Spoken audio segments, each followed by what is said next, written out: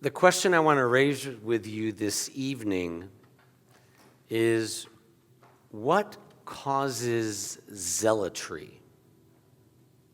I ask because in the 25th chapter of the book of Numbers, where this week's Torah portion begins, Aaron's grandson, which means it's Moses' great nephew, Pinchas, Phineas in English, Pinchas, the son of the high priest, receives a special reward for his zeal in slaying an Israelite man and a non-Israelite woman who violated Israel's sexual code of behavior.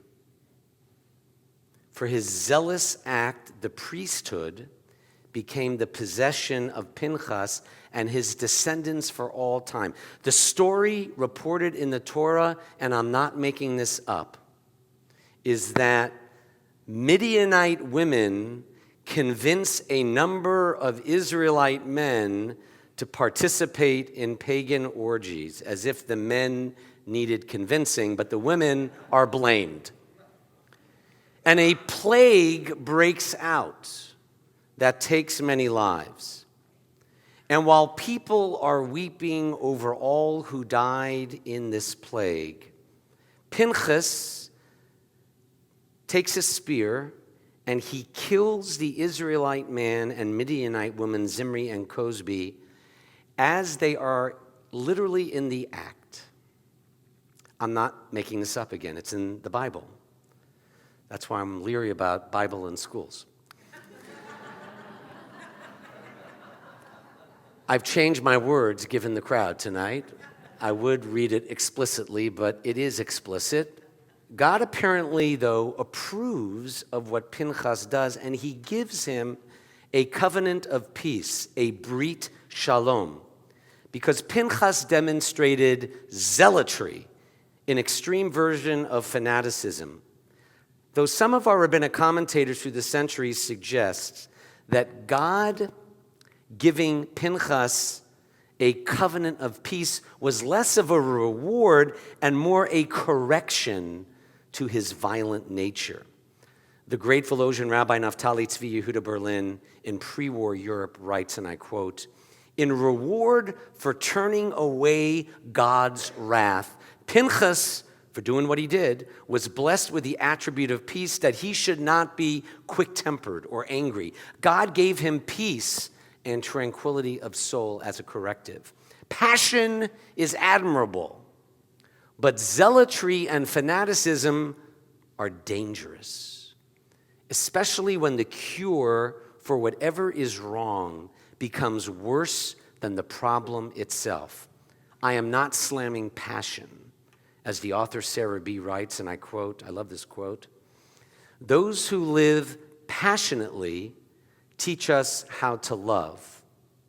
Those who love passionately teach us how to live." But Judaism is about bringing closer the day when the plagues of hatred, violence, and strife will end. Many of you are familiar with Masada in Israel, where the original zealots took refuge. But what they didn't teach you in Sunday school, and a lot of the college kids on Birthright don't learn, what isn't said, is that the Jews on Masada were Pinchas Jews. They were so zealous about their practice of Judaism. They were called the Zealots. They were so zealous that they slaughtered thousands of other Jews down the road at En-Gedi, where King David wrote the Psalms, because they didn't practice the religion the way the Jews on Masada did. Pinchas the Zealot inspired lots of other zealots after him, including the Maccabees. Mattathias even used this week's Torah portion to inspire his children, Judah the Maccabee, and all the Israelites to fight for their rights. Zealotry, though, is not the same as passion. Sure, a person must have passion to be a zealot, and we all know that without passion, religion is dead. You need a certain amount of emotion, fervor, passion for Judaism or anything important to live and breathe. So what is zealotry? Zealotry is not when you have passion, but when passion is wedded to fear. That is what makes a zealot a fanatic. The combination of passion and fear. Zealotry is passion wedded to fear and fury instead of passion wedded to love and to life. A zealot not only roots for his side's success, but he rejoices in his opponent's downfall. He justifies his opponent's losses. Imagine ratcheting it up further with an unwavering belief that your way to God is the only right way and that your solution to an agreed upon problem is the only solution. Believe it or not, as I was rereading Pinchas and studying it this week, an evangelical minister taught me how not to be like Pinchas. Yes, the most unlikely teacher entered my mind as I reread this portion. Reverend Rob Schenck came to Washington, D.C. in order to increase the role of evangelical Christianity in government, something I oppose greatly for the sake of our nation, based on the experience of the Jewish people in other lands when religion and government commingle and combine forces. It's not good. Reverend Schenck is also opposed to abortion. He is pro-life, which, in case you are unaware, is not a Jewish stance, even among Orthodox Jewish authorities. Jewish law is neither pro-choice nor pro-life. The mother's life always takes precedence in Judaism.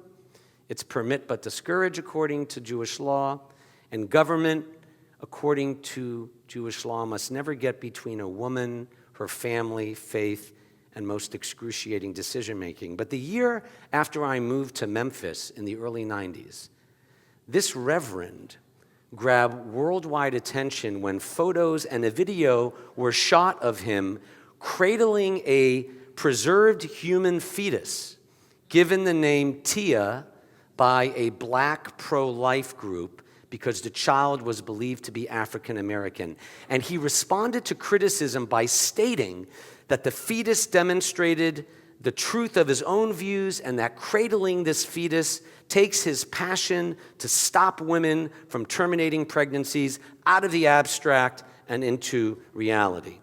And for more than 30 years, this zealous pro-lifer worked to overturn Roe v. Wade. He even led vigils at his church to pray for the confirmation of Supreme Court Justices Scalia and Thomas, just so that they would overturn Roe v. Wade. He marched in the street like a zealot to denounce what he called baby killing. He was even arrested by the Secret Service for his role in thrusting an aborted fetus at then Governor Bill Clinton in 1992 during his presidential campaign.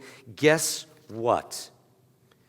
20 years later, this pro-lifer, who's still pro-life, now says that banning abortion would cause more harm than good and be destructive of life, after witnessing firsthand the full significance of the terrible poverty, social marginalization, and what this evangelical minister calls the bald-faced racism that persists in many of the states like Alabama, whose legislators are now banning abortion. Schenck writes, and I quote, "If Roe is overturned," and I'm a pro-lifer, he says, "if Roe is overturned, middle and upper-class white women will still secure access to abortions by traveling to states where abortion is not banned, while members of minorities and poor whites will find themselves forced to bear children for whom they cannot adequately care." Many of the zealots in Schenck's epic pro-life stunts have called him a turncoat, but he doesn't see it that way. He recently wrote, and I quote, "I still believe that every abortion is a tragedy, and that when a woman is pregnant, bringing the child into the world is always ideal. Reality, though, is different from fantasy. I wish every child could be fully cared for and could experience all the wonderful possibilities that life can offer. What is pro-life about putting a woman in a situation where she must risk pregnancy without proper medical, social, and emotional support? What is pro-life about forcing the birth of a child if that child will enter a world of rejection, deprivation, and insecurity, to say nothing of the fear and danger that comes with poverty, crime, and a lack of educational or employment opportunities? I'm not going to read you all of his writings. He's my Phineas teacher this week. My evangelical crisis pregnancy centers, he says, which offer support for women and their babies, he says, are woefully insufficient to help all the women who need extensive social services, medical, dental care, food, clothing necessary for these women and their families to raise unwanted children, end quote. This guy's no liberal, yet he has stopped using fear and fury to change the federal law protecting women, no matter which state they live in America or how poor or helpless they are. Unlike Pinchas, Reverend Schenck moved from passion wedded to fear to passion wedded to love and compassion. Loving our neighbors, he says, means meeting our neighbors where they are, not where we want them to be. By the way, towards the end of this Torah portion named Pinchas, for the zealot you now know about, Moses is informed by God that he's going to die. And Moses is told by God, Moses, it's time to appoint a new leader for the Jewish people. And it says, let the Lord, the God, the spirits of all flesh, set a new person over the congregation. And the Hebrew word is ruchot, spirits, not ruach, spirit. And that refers, according to the rabbis, to the gamut of human tempers and disposition. Moses begged for a leader who would deal with each person on an individual basis with patience and love and understanding instead of fear and fury and impulse. This disqualified Pinchas. You'd think, who should Moses' successor be? Pinchas was disqualified because the rabbis had reservations about him. But interestingly, he chooses Joshua instead. Why not Pinchas? Because leaders with hot heads and extreme views were not deemed good for the Jewish people, and they probably aren't the best choice for any people. By the way, later in his life, Pinchas makes up for his zealousness by promoting peace as a conciliator among the tribes of our people, but he was still unfit to be Moses' successor. The best leaders of any people, nation, or family are far more passionate about the lives in front of them than being a crusader for ideology. And the story of Pinchas this week is a reminder that it's easier to be an ideologue, to champion laws, to take the law into your own hands, and in Schenck's case, as he says, as a result, force poor women and children into impossible situations. It's easier to be a zealot religiously than it is to devote your life religiously to taking care of the millions of poor women and children across America with no power, no money, no voice. May this week's story, my friends, of a fanatic named Pinchas remind us to put some limits on our own fanaticism and certainty. Amen.